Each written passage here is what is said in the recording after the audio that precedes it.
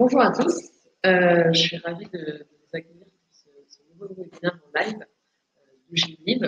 Aujourd'hui, on va un peu voyager, on va parler de la qualité de vie au travail et du bien-être dans le monde. On va répondre à deux problématiques. La première, c'est de voir quelles sont les différentes perceptions du bien-être dans le monde pour à la fois mieux appréhender sa stratégie budgétaire internationale, et aussi pour s'inspirer un peu des meilleures pratiques de nos voisins. Pour animer ce webinaire, je reçois Lydie Breton. Bonjour Lydie, je vous laisse vous présenter rapidement. Donc moi, je travaille chez Sodexo depuis il y a 23 ans et je suis en charge de l'innovation sociale et de la qualité pour les collaborateurs de Sodexo. Très bien. Vous avez beaucoup d'exemples à nous raconter. Vous avez des choses sur les différentes cultures et leur rapport au travail. On va du coup partir sur deux rubriques. Donc, la première, on va vraiment discuter un peu de différences de perception par rapport au travail selon les cultures et les zones géographiques. Et ensuite, on parlera de manière un petit peu plus théorique sur comment construire une stratégie de qualité de vie au travail dans une entreprise qui a une dimension internationale avec des entités réparties un petit peu partout dans le monde. Alors, pendant tout le webinaire, sachez que vous pouvez poser toutes vos questions. Donc, il y a un onglet questions à côté du chat. Donc, n'hésitez pas, on prendra le temps de répondre à un maximum de questions à la fin de ce webinaire, dans les 15 dernières minutes. Et puis, on va aussi, tout le long de ce webinaire, vous poser quelques questions. Donc, il y a un onglet sondage qui est prévu à cet effet. Et donc, du coup, voilà, si vous pouvez prendre le temps de répondre, c'est très rapide. Ça nous permet un peu de mieux vous connaître et d'avoir des données qui sont souvent très intéressantes. Et comme vous êtes nombreux, c'est assez représentatif. Donc, c'est intéressant pour nous d'avoir ça et après de les communiquer derrière, notamment sur notre blog. Alors, premier petit sondage avant qu'on démarre, c'est pour savoir un petit peu qui vous êtes, c'est de savoir si vous avez ou non une problématique à l'international aujourd'hui, dans un futur proche ou pas du tout. Donc, n'hésitez pas à répondre à ce premier sondage qui du coup est en ligne. Alors, on va commencer par parler un peu du bien-être dans le monde, avec une première bonne nouvelle, puisque 71% des salariés dans le monde ont un avis favorable sur leur niveau de bien-être au travail, ce qui du coup est plutôt une bonne nouvelle pour démarrer ce webinaire. On voit qu'il y a beaucoup de différences entre les pays et même au sein d'un même continent. Par exemple, l'Inde occupe la tête du classement, suivi des pays du continent américain, puis du continent européen et la lanterne rouge et le Japon. Vous avez des commentaires à faire par rapport à cette image un peu globale du bien-être? Oui, alors d'abord quelques précisions un peu sur Sodexo, parce que forcément ça va changer. Bien sûr, c'est normal. Donc nous, on propose des services de qualité de vie à l'ensemble de nos clients, et ça peut se passer dans des hôpitaux, dans des entreprises, dans des maisons de retraite. Et donc on est présent sur à peu près 36 sites dans le monde, et on a 450 000 collaborateurs répartis sur toute la pays. Donc voilà, on a un service de qualité de vie, forcément c'est très divers, très varié, et on a une multiplicité de typologies de collaborateurs. Donc voilà, garder en tête que l'environnement social se cadrer sur ça. Pour en revenir à la question des avis favorables concernant leur bien-être au travail, chez nous, en tout cas, on a constaté qu'il y avait de grandes différences. Ça pouvait être lié parfois à la culture du pays.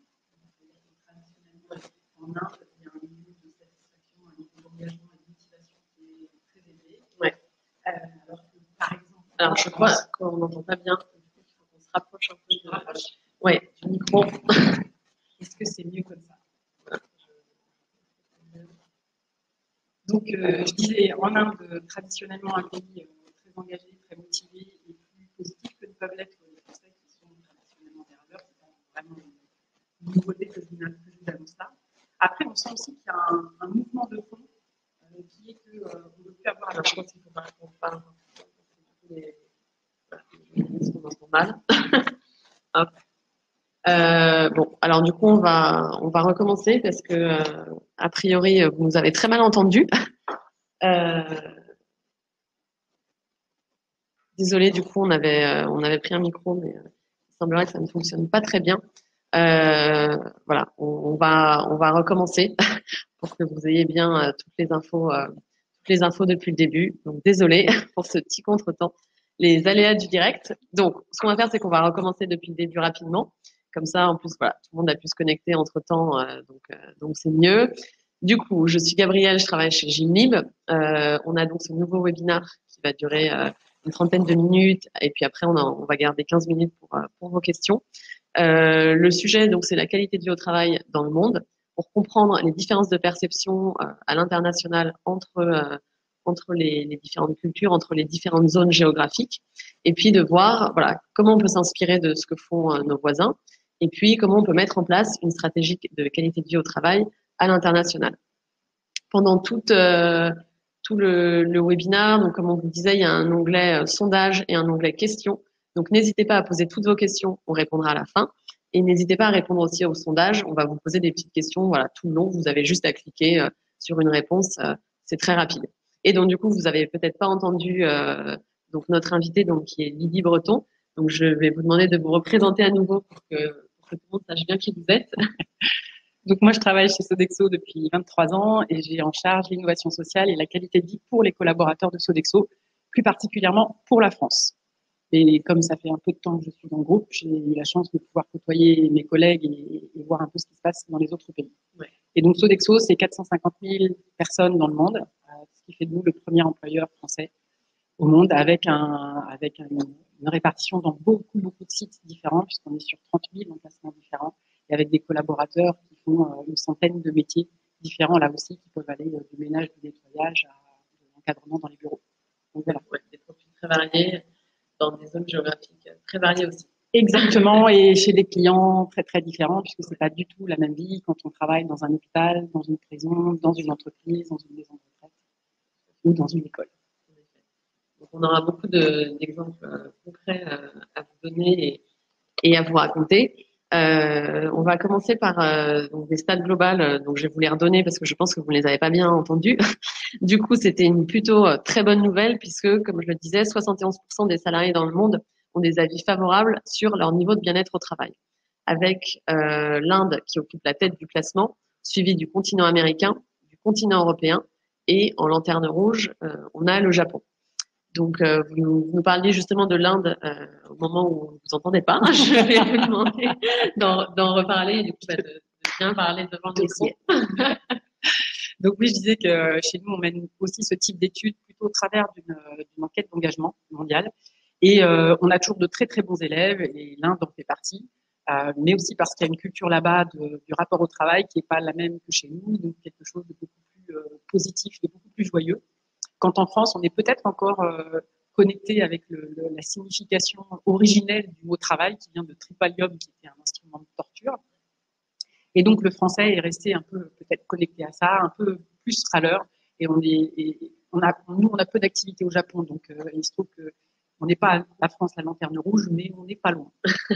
Voilà. Et après, on sent aussi qu'il y a une évolution de ces taux-là, qui est souvent connectée à la croissance du pays, puisque quand on a des pays ou des activités en croissance, c'est un petit peu plus facile d'emmener tout le monde dans le mouvement, et c'est un peu plus compliqué quand les résultats sont en baisse, en décroissance, ou en crise. Que vous dire de plus là-dessus? En tout cas, on sent que le sujet de la qualité de vie au travail, il est croissant partout.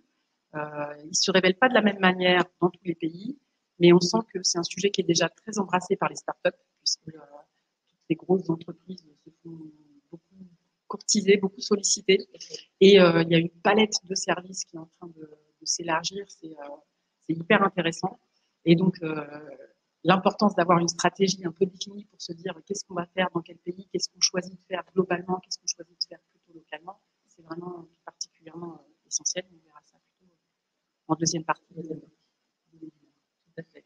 Teasing. Un des premiers points qui concerne le travail, c'est l'équilibre vie pro, vie perso, où là on se rend compte qu'il y a beaucoup de disparités dans l'importance que les différentes cultures lui accordent. Alors c'est quelque chose qui est très important pour les Européens, puisque 82,7% des Européens accordent beaucoup d'importance à cet équilibre-là. Et en France, c'est vraiment un des points les plus importants, puisque 95% des salariés font de ce critère-là un des critères essentiels pour se sentir bien au travail. Alors, toutes les stats qu'on va vous donner, sachez que vous pouvez tout retrouver dans notre e-book Gymlib. On a fait un e-book d'une cinquantaine de pages sur la qualité de vie au travail dans le monde. Et donc, du coup, il y a le lien qui s'affiche là dans le chat. Et donc, toutes les sources sont vraiment données. Donc, vous pourrez regarder plus en détail. Mais on va pas polluer notre discours avec des sources dans tous les sens. Mais voilà, tout y est.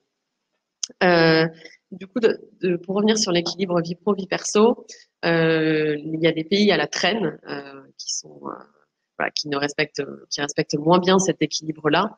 C'est la Turquie, le Chili, le Mexique et Israël.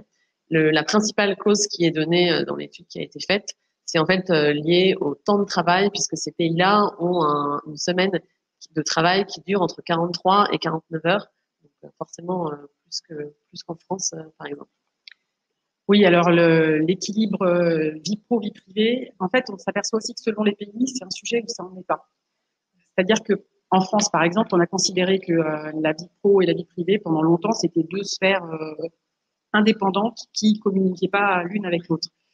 Là, avec l'avènement des technologies et l'évolution et des conditions de travail et de la culture autour de ça et des connexions qu'on a aussi avec les autres pays, les choses ont vraiment évolué et on s'aperçoit que c'est plus du tout possible d'envisager ces deux sphères-là de manière complètement indépendante et autonome. Ensuite, il y a un exemple que j'aime bien prendre, c'est que même si en France, on n'a pas des semaines avec des horaires de travail qui sont vraiment aussi longues qu'en Turquie, par exemple, n'empêche que le français a l'habitude du présentéisme, c'est-à-dire que en tant que cadre, plus on est présent, par exemple, plus on a l'air d'être débordé de boulot, plus on pense qu'on va être reconnu. Donc forcément, ça empiète sur la vie perso. Et ça, c'est un modèle qui était encore très valable pour les générations qui ont 40 ou 50 ans. Ça l'est de moins en moins pour les générations plus jeunes. Et moi, j'ai eu la chance de travailler avec une patronne pendant un temps qui était québécoise.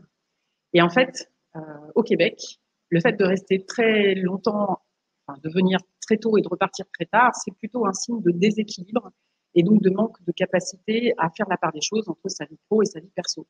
Et on estime au Québec que si on reste trop longtemps au bureau, on va nuire à sa vie perso, ce qui à terme va plutôt être source de déséquilibre.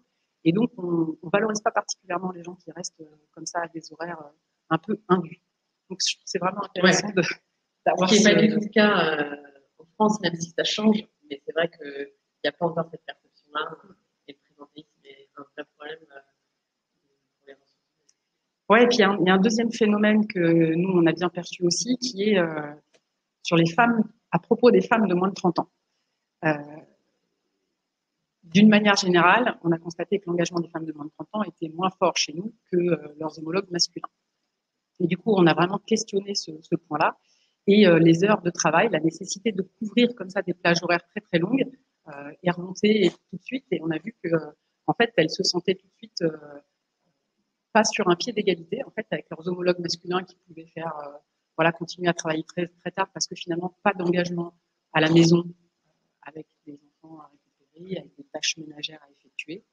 Et on a beau se dire que on a beaucoup évolué sur la répartition hommes-femmes, notamment des tâches ménagères et de l'éducation des enfants. Quand on creuse au niveau des stats INSEE, on s'aperçoit que ça reste quand même encore à 70 ou 80% du côté féminin plutôt que du côté masculin. Donc, messieurs, surtout, ne vous arrêtez pas en chemin.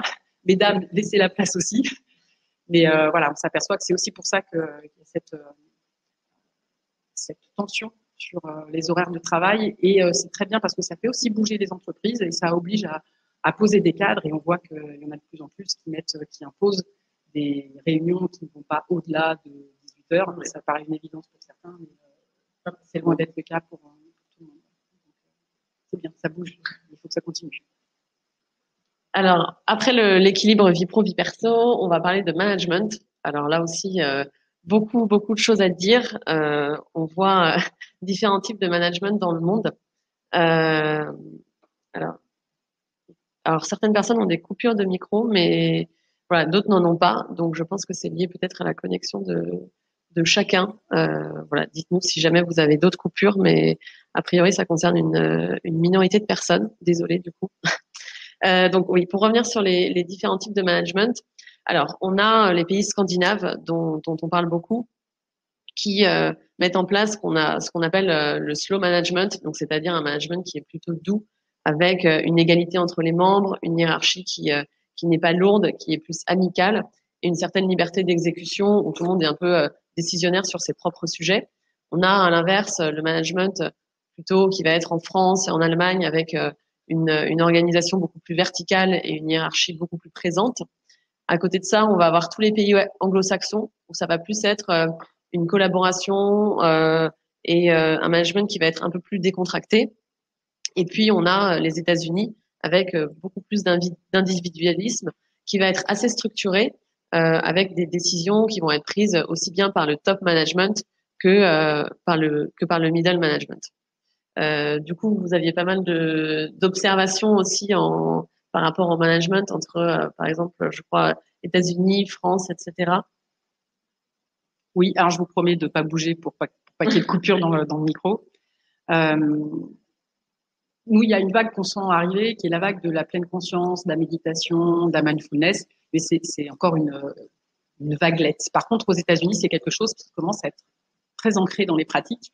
Vous pouvez voir quand vous baladez dans les rues entre midi et 2, des coussins, des fois juste posés dans la rue et des espaces destinés à la méditation.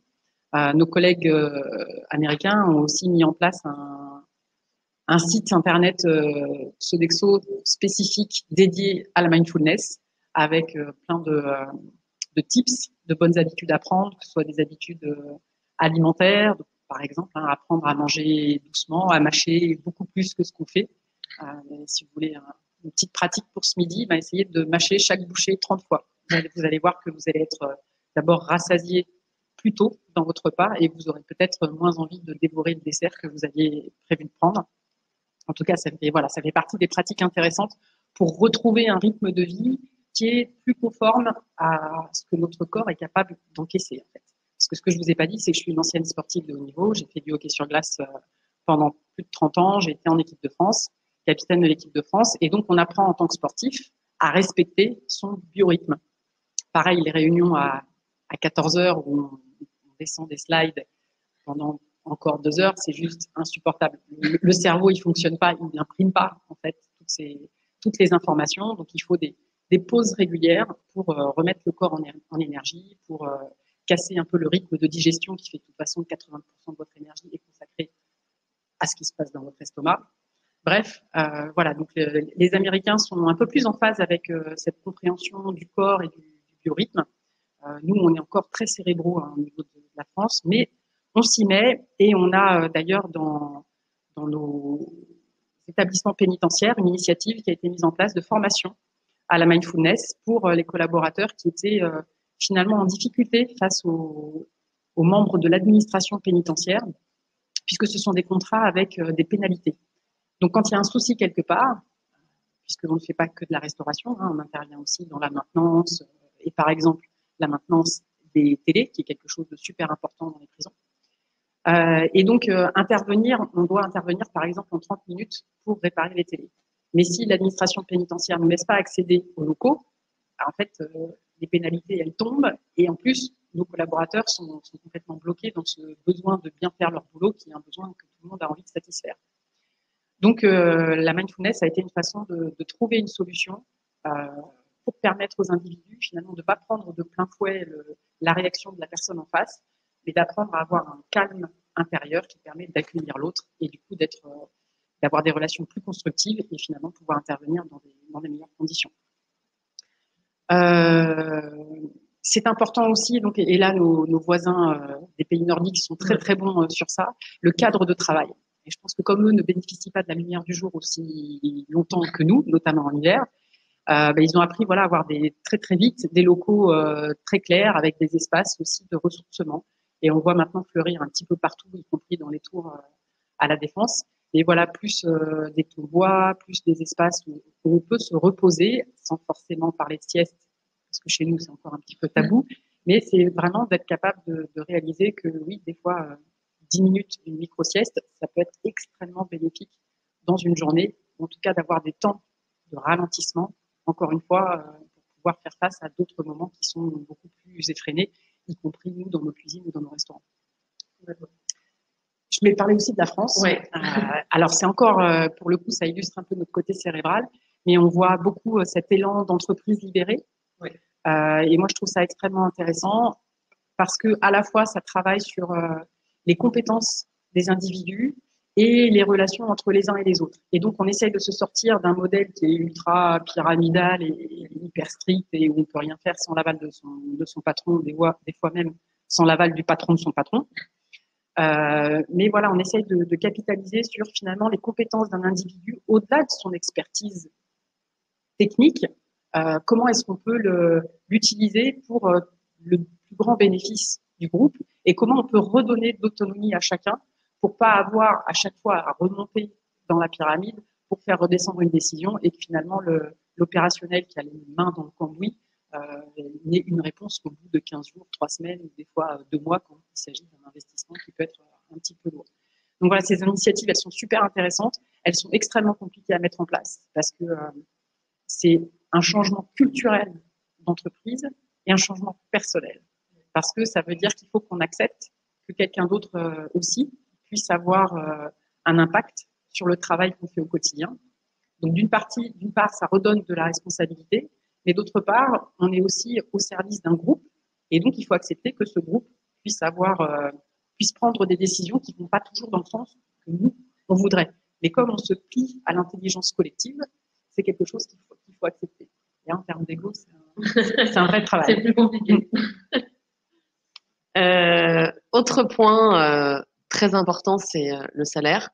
Alors, on a beaucoup d'études en France ces derniers temps, ces derniers mois, qui montrent que aujourd'hui, notamment la jeune génération est prête à faire des concessions sur son salaire pour avoir une meilleure qualité de vie au travail.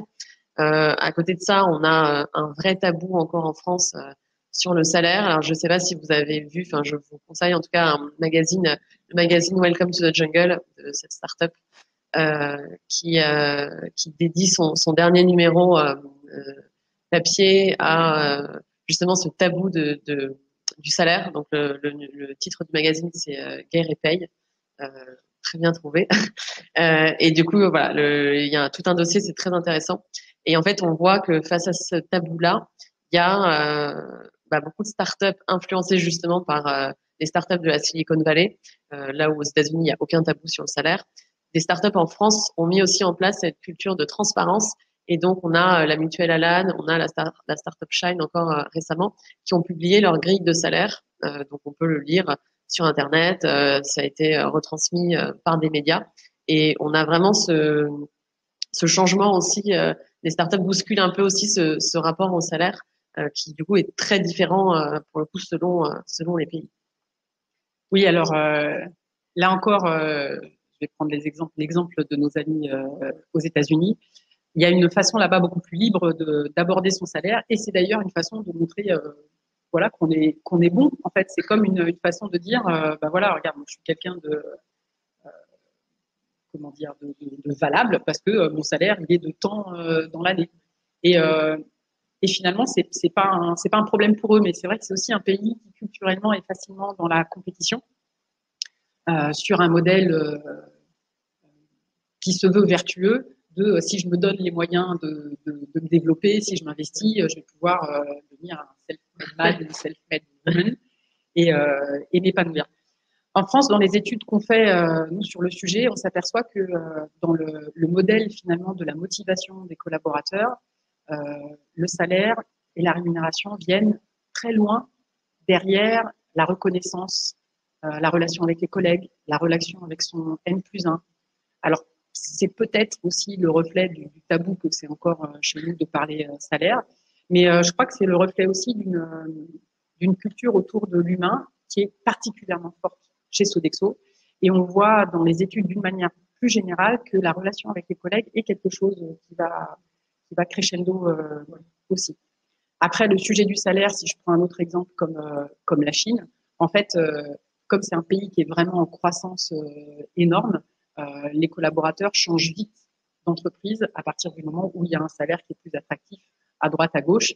Et la main-d'œuvre qualifiée étant pas très présente, les collaborateurs sont un petit peu plus volatiles. Voilà, c'est vraiment des approches du coup différentes pour arriver à fidéliser et à se dire qu'est-ce qui, face à l'attrait du salaire, va pouvoir avoir de la valeur en matière de qualité de vie et nous permettre d'avoir de la rétention auprès des salariés. Et du coup, on parlait justement de reconnaissance.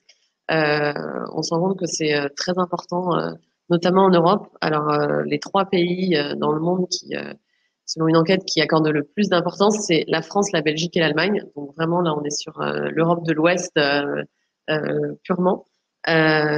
Et du coup, je crois que vous aviez aussi des exemples en tête par rapport à la reconnaissance entre les pays.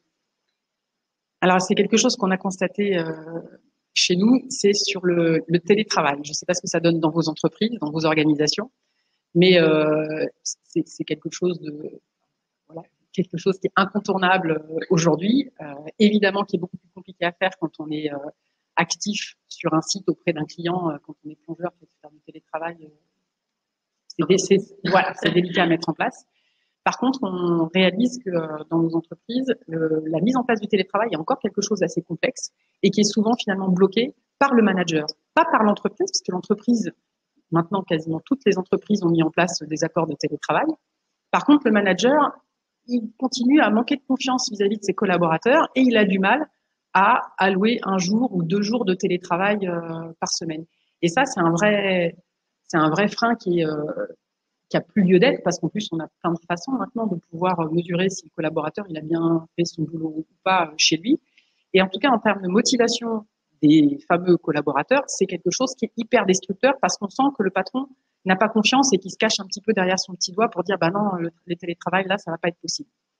Et quand on fait des conf calls avec l'étranger, on voit qu'on est hyper à la bourre par rapport à nos copains anglais, par exemple, qui sont pas très loin, mais qui souvent font des conf calls de chez eux. Donc on voit bien qu'ils sont dans leur salon, qu'ils sont dans un bureau finalement perso, et vraiment à la cool dans leur façon de s'habiller aussi. On est là, tout coincé dans nos bureaux, à essayer de trouver une place dans une bubble qui est pas occupée. Enfin, il y a vraiment encore beaucoup de travail à faire sur l'évolution des mentalités et la confiance qu'on accorde a priori à nos collaborateurs. Et je dis bien a priori, parce que je trouve que c'est hyper important de se dire non, je ne vais pas attendre que la personne elle fasse ses preuves, mais finalement, si on alloue à chacun un capital confiance dès le départ, on se facilite aussi beaucoup la tâche, je trouve, pour la suite, la qualité des relations, l'authenticité et la franchise dans les rapports. Ouais.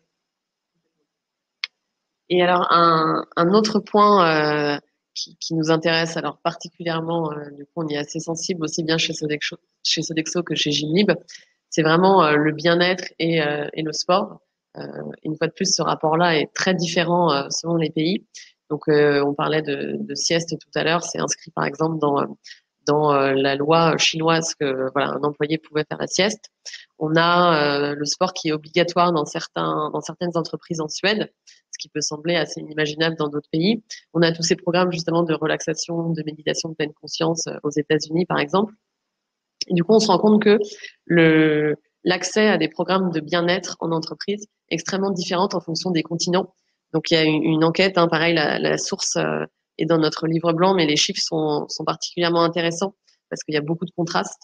On a 52% des salariés qui ont accès à ce type de programme en Amérique du Nord, donc une fois de plus très en avance sur l'Europe, puisque l'Europe arrive en 2e position avec seulement 23%. Et une fois de plus, comme on vous l'a dit, il y a de gros contrastes au sein même de l'Europe. Et puis après, on bascule vraiment sur des chiffres qui sont très très bas, puisqu'ensuite c'est 7% des salariés du Moyen-Orient et de l'Afrique du Nord qui ont accès à ce type de programme, 5% en Amérique latine et en Asie-Pacifique, et seulement 1% en Afrique. Donc on voit, voilà, sans forcément beaucoup de surprises malheureusement, mais des grosses différences à ce niveau-là aussi.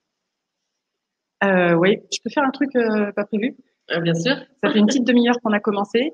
Et je vous invite chacun, là où vous êtes et en fonction de la possibilité que vous en avez, à juste faire un petit étirement. Alors, ça peut être un petit étirement discret du coup, si vous êtes là où vous avez plein de collègues et vous n'avez pas envie de vous afficher.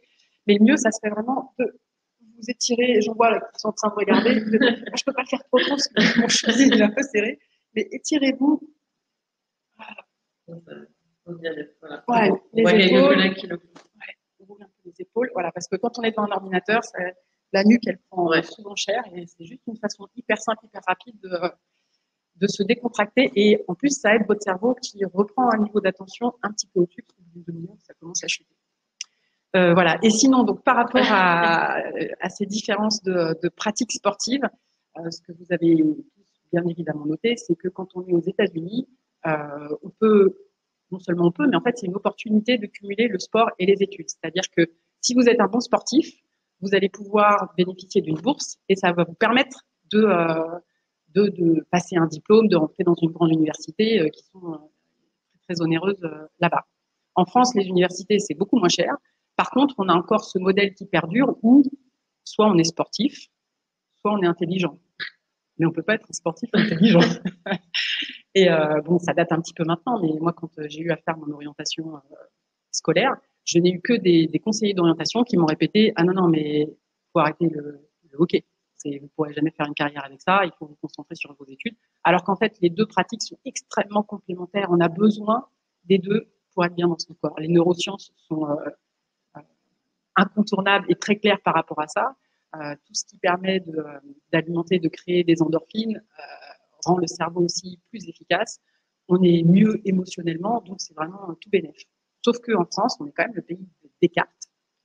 Et donc, on reste encore dans une survalorisation du côté cérébral.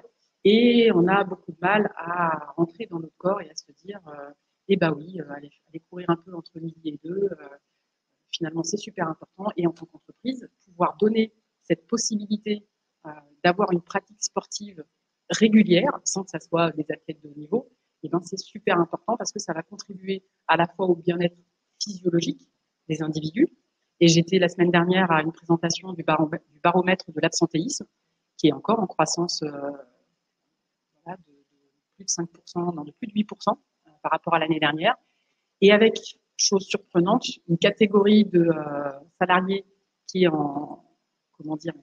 presque en décrochage, puisqu'il y a 23% de plus d'absences de longue durée, c'est-à-dire des absences de plus de 90 jours, pour les salariés de moins de 40 ans. Donc autant avant, c'était plutôt voilà, des grosses maladies, des burn-out, et c'était plutôt pour les plus de 40 ans. Et maintenant, les catégories plus jeunes se prennent ça de plein fouet aussi. Donc la pratique sportive, c'est une façon très immédiate et très directe de lutter contre l'absentéisme, parce que ça permet aussi à tout votre organisme d'être voilà, d'être plus actif et d'avoir un système immunitaire qui est bien plus rodé. Donc si vous n'en faites pas encore, allez-y, et si vous avez l'opportunité de mettre ça en place dans votre entreprise, just do it. Et on a justement quelques chiffres qui sont intéressants. C'est que 18% des entreprises françaises ont mis en place des actions autour du sport, ce qui est assez peu, et c'est des choses très ponctuelles, type un team building et un challenge sportif. Donc c'est pas des choses qui sont sur la durée, et donc c'est pas ancré dans une vraie stratégie ou des vraies valeurs d'entreprise. Mais à côté de ça, on a 94% des salariés qui ont accès à du sport via leur entreprise, qui sont satisfaits, et la totalité des chefs d'entreprise qui l'ont mis en place, qui le recommandent du coup à leurs homologues. Et on parlait des États-Unis, il y a un quart des entreprises, des plus grandes entreprises américaines, si on prend les 200 entreprises les plus grosses, un quart ont mis en place une salle de sport en interne. Donc voilà, je pense que c'est pas forcément les mêmes chiffres si on prend le CAC 40 aujourd'hui, même si on voit que c'est en train de bouger et beaucoup de grosses entreprises commencent à créer ça. Mais c'est vrai qu'il y a une grosse différence. Et d'ailleurs, c'est intéressant si vous pouvez nous répondre. On a un petit sondage un peu en conclusion de cette partie pour savoir si vous êtes confronté à ces problématiques-là, est-ce que vous avez vu vous aussi des grosses différences de perception sur le rapport au travail et le rapport au bien-être du coup dans votre expérience professionnelle ou même personnelle? Ce qu'on a mis en place chez nous à la fois au niveau du siège mondial et au niveau des équipes opérationnelles de la région parisienne, c'est cette fameuse salle de sport. Ouais. Et les bénéfices vont aussi au-delà de ce qu'on s'imagine, c'est qu'en fait, quand les personnes se fréquentent aussi dans un cadre sportif, ils développent un réseau différents qui leur permet d'élargir ceux qu'ils connaissent déjà et de résoudre les difficultés qu'ils rencontrent au quotidien de manière beaucoup plus rapide. Et ça apaise vraiment les tensions, ça améliore la qualité des relations. C'est pas forcément la chose à laquelle on pense dès le départ quand on veut mettre en place un peu une politique de pratique sportive au travail, mais finalement c'est un bénéfice collatéral qui est pas négligeable. On a mis aussi en place des courses solidaires de manière hyper régulière.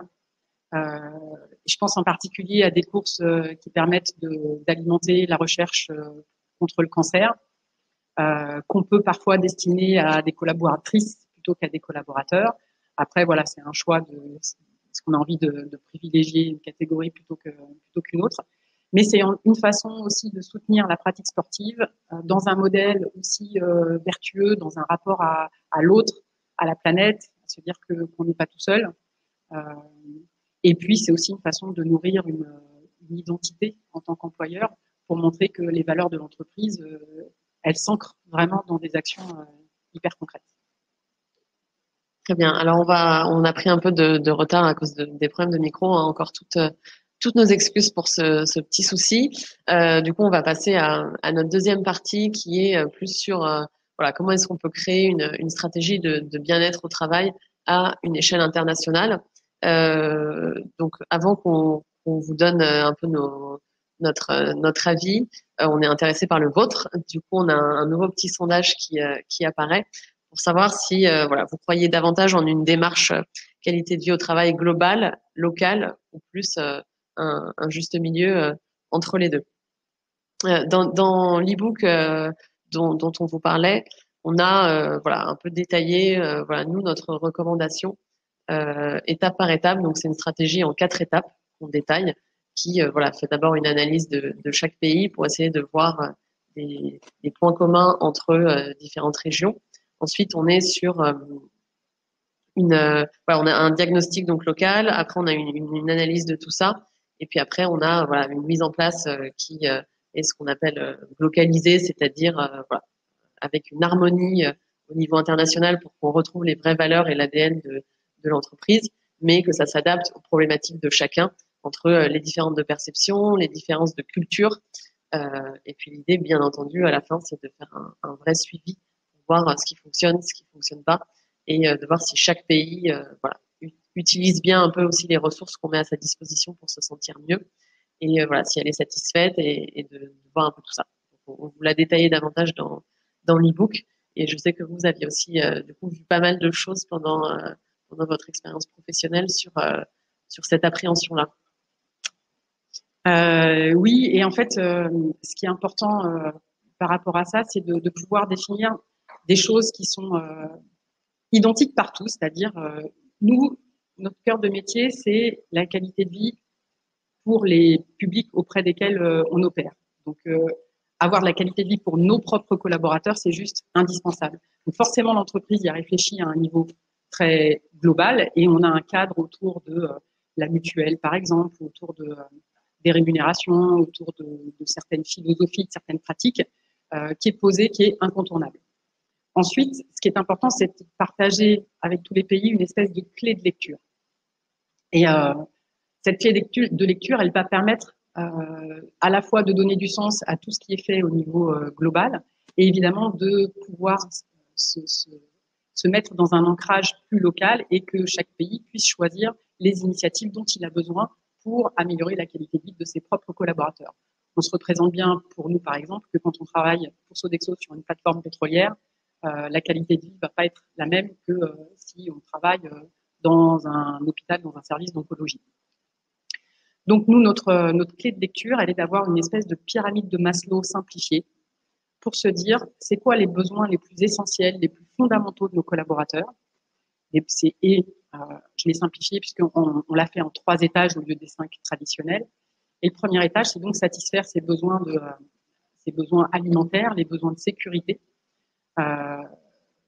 pour des collaborateurs qui vivent parfois des moments de fragilité suite à des accidents de vie, et qu'on a besoin d'accompagner de manière toute particulière. Donc, ça peut être une fragilité financière, ça peut être une fragilité autour de l'alimentaire, autour du logement. Donc, on a plusieurs initiatives autour de ça, mais Voilà, une façon de vous l'illustrer, c'est de dire qu'on a des assistantes sociales dans nos équipes qui accompagnent nos collaborateurs dans ces moments-là. Et ça a l'air de rien, mais en fait, c'est essentiel. Parce que, dans tous les pays ou alors, pas dans tous les pays, surtout en France. Et voilà, on le retrouve aussi en Belgique, on le retrouve aussi au UK de manière un petit peu ajustée. Mais en tout cas, on a toujours des collaborateurs qui s'assurent que dans ces moments, dans ces accidents de vie, on a une façon d'accompagner nos équipes qui ne se retrouvent pas être juste un matricule, un numéro parmi tant d'autres, mais qui peuvent vraiment être soutenues dans leur quotidien. Le deuxième étage, c'est l'étage plutôt du sentiment de reconnaissance et du besoin d'appartenance. Et là, c'est comment est-ce qu'on fait vivre les valeurs avec des actions voilà, régulières, quotidiennes, qui permettent de soutenir la fierté d'appartenir à un groupe comme le nôtre. Je vous parlais de course solidaire. On a en fait une fondation qui s'appelle Stop Hunger, dont l'objet est d'éradiquer la faim dans le monde. Et quand on a des collaborateurs, par exemple, qui à un moment de leur vie ont pu souffrir de la faim et se retrouver dans les restos, eh ben ils ont très à cœur de pouvoir redonner ce qui leur a été donné à un moment. Donc je prends l'exemple en France, sur les 30 000 collaborateurs, on en a 8 000 tous les ans qui s'engagent au moins dans une action de Stop Hunger. Donc c'est vraiment pas, c'est vraiment connecté avec leur réalité et avec voilà, une envie de redonner, et que l'entreprise elle puisse offrir cet espace-là, notamment par exemple au travers d'une journée de congé qui est donnée pour permettre à ceux qui le souhaitent de faire du bénévolat dans une ONG.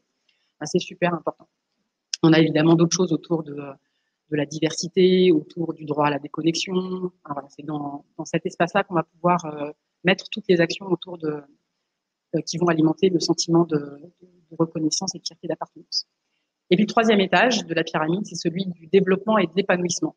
Et là, pour moi, on peut mettre les pratiques sportives, on peut mettre la mindfulness, on peut mettre tout ce qui concerne aussi les formations d'une manière générale, les formations de développement personnel ou de développement professionnel, puisque dans nos modèles, l'ascenseur social et de pouvoir donner la possibilité à chacun de grimper dans les étages et de se réinventer aussi au fil des années, bah, c'est super important, et c'est ce qui fait qu'on a une ancienneté moyenne chez Sodexo qui est très très importante, dont je suis un bon exemple. Voilà.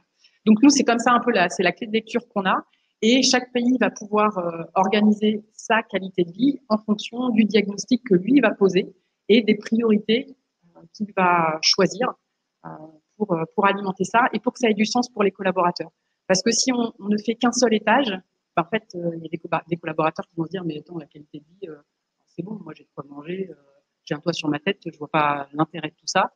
Et d'autres qui vont se dire non mais attends, faire des formations à la mindfulness c'est sympa, mais moi mon propriétaire m'a dit que j'allais être sortie dans 3 jours.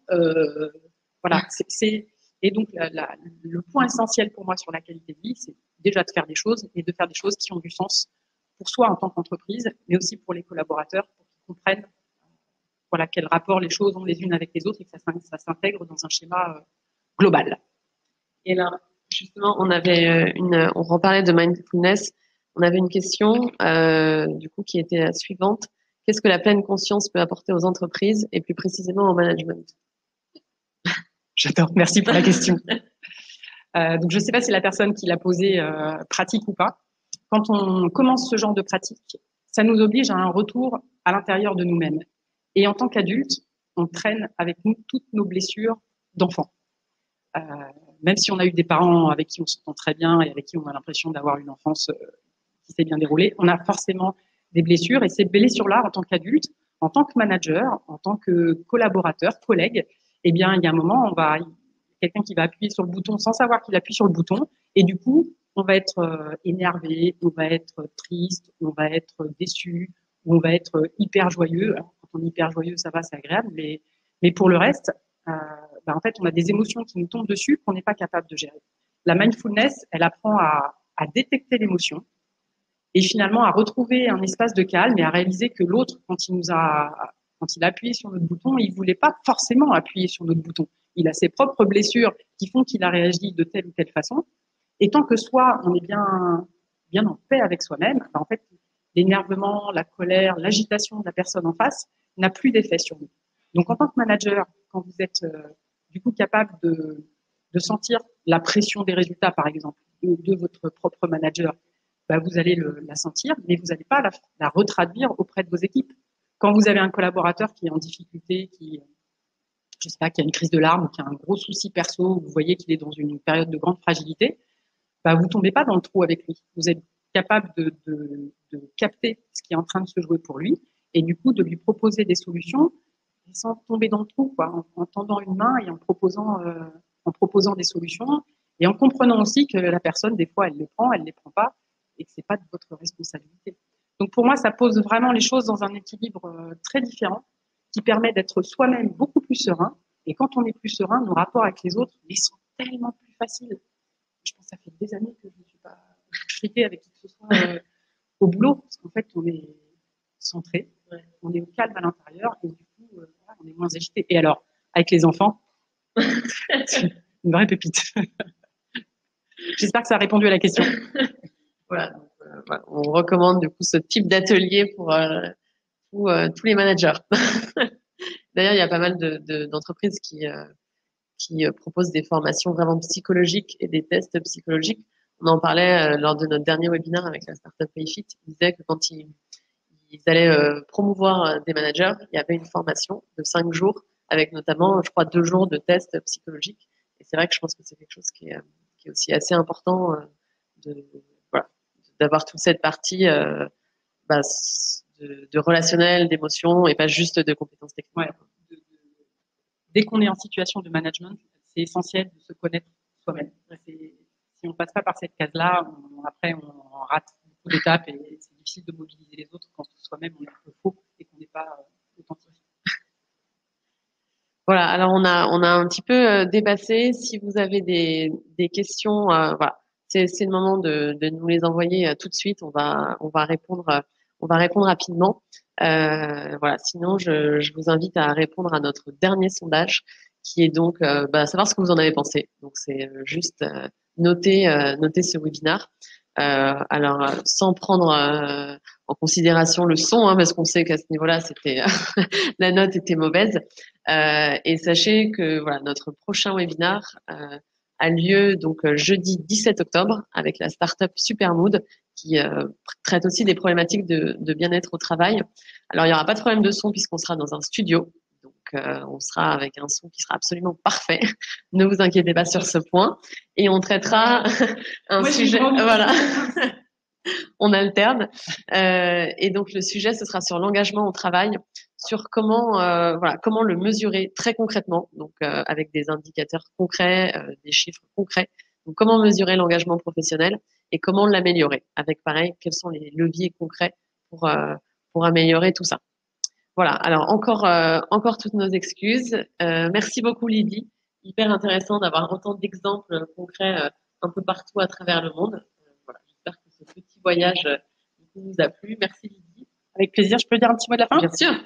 J'ai juste envie de vous encourager à prendre soin de vous et en particulier à vous rappeler que on est à la fois une tête, mais aussi des émotions, un cœur et un corps. Et il faut prendre soin de tous ces bagages-là. Donc prendre soin de la tête, voilà, c'est se vider la tête de temps en temps dans la journée, pas rester à fond sur l'ordinateur. Prendre soin de ses émotions, ça veut dire être capable de les accueillir, être capable, pas forcément quand on est en colère, se dire non, je veux pas être en colère, il faut que je dégage ça. Reconnaître ça et l'évacuer comme on peut, si possible, pas sur ses collègues. Voilà, aller dans la nature, faire de la boxe, avoir une activité sportive, ça permet d'évacuer ces émotions négatives. Cultiver les émotions positives. Et là, petit truc rapide, si vous avez un collègue à côté de vous, dites-lui un truc gentil. Et dire un truc gentil, ça fait encore plus de bien que de recevoir un truc gentil.